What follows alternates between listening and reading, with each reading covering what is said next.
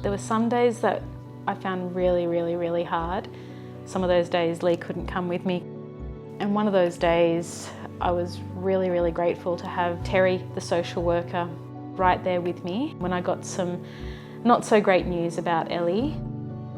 The next day when I came in, I had a little present that this beautiful nurse had left for me.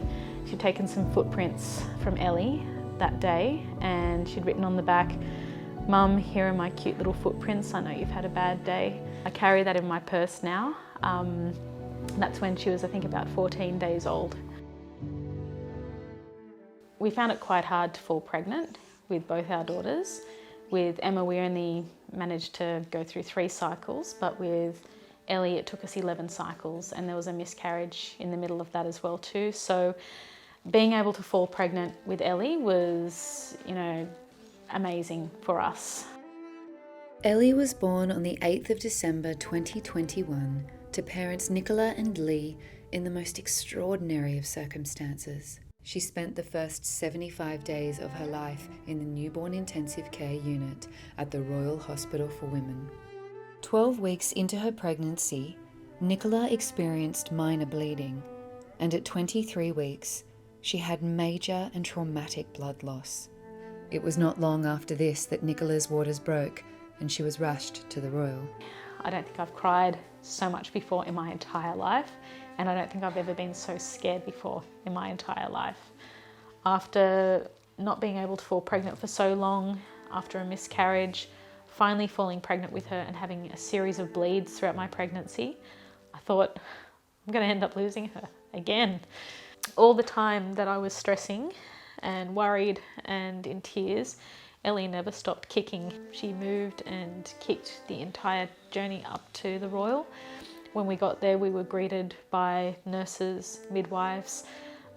Professor Alec Welsh was there, and he sat down with us and told us, what we were going to be expecting, all the pros, all the cons, but he was very optimistic. I think the optimism and positivity of the staff just gave us so much hope that things were going to be okay.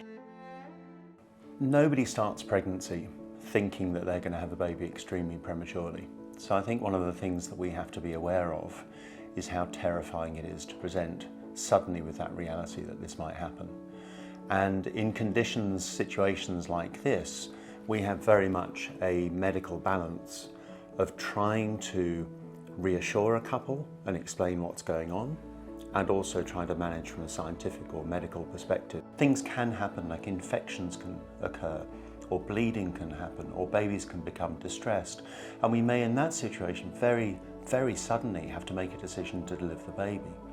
They initially said that I would give birth within the first 12 hours, and then it turned into the first 24 hours. So Lee and I watched the clock, and as soon as we got to that 24-hour mark, we thought, that's one little milestone that we've made it to.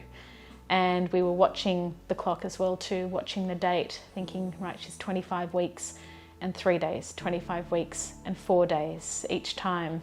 So we waited, and I thought to myself, I've just got to keep her on the inside. And they said, every day counts, every hour counts, every minute counts. And that's what I had in the back of my head. If I can just keep her on the inside for as long as possible. Nicola's strength and determination kept Elly inside for a staggering 3.5 weeks more, which was critical to the development of Elly's vital organs. So in the early hours of December 8th, at just 28 weeks and 5 days, Elly was born weighing 1.1 kilograms. I remember being exhausted and trying to work out just what to do, because it's not normal that you kind of about ready to go to bed and told that now you actually have to go see your child.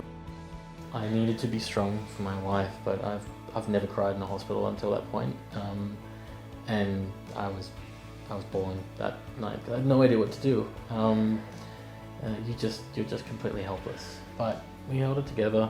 I went up and saw my wife with the neonatologist, and it's tough. One thing that I noticed that was consistent with the specialists, the nurses, absolutely everyone was just so calm. They always had an answer and they always had a solution. I think what's made this such an easier journey for us is the fact that we were surrounded by these people that were experts in their field, that had, decades of experience. The Royal has the largest maternal fetal medicine unit in the state, specialising in complex and high-risk pregnancies just like Nicola's. So the Royal will still continue to be involved with Elly's growth and development. We still have scans that we have to have done. It's just the Royal just following up and just making sure that things are still sailing smoothly. And it's really lovely. Transform the lives of women and newborns this June.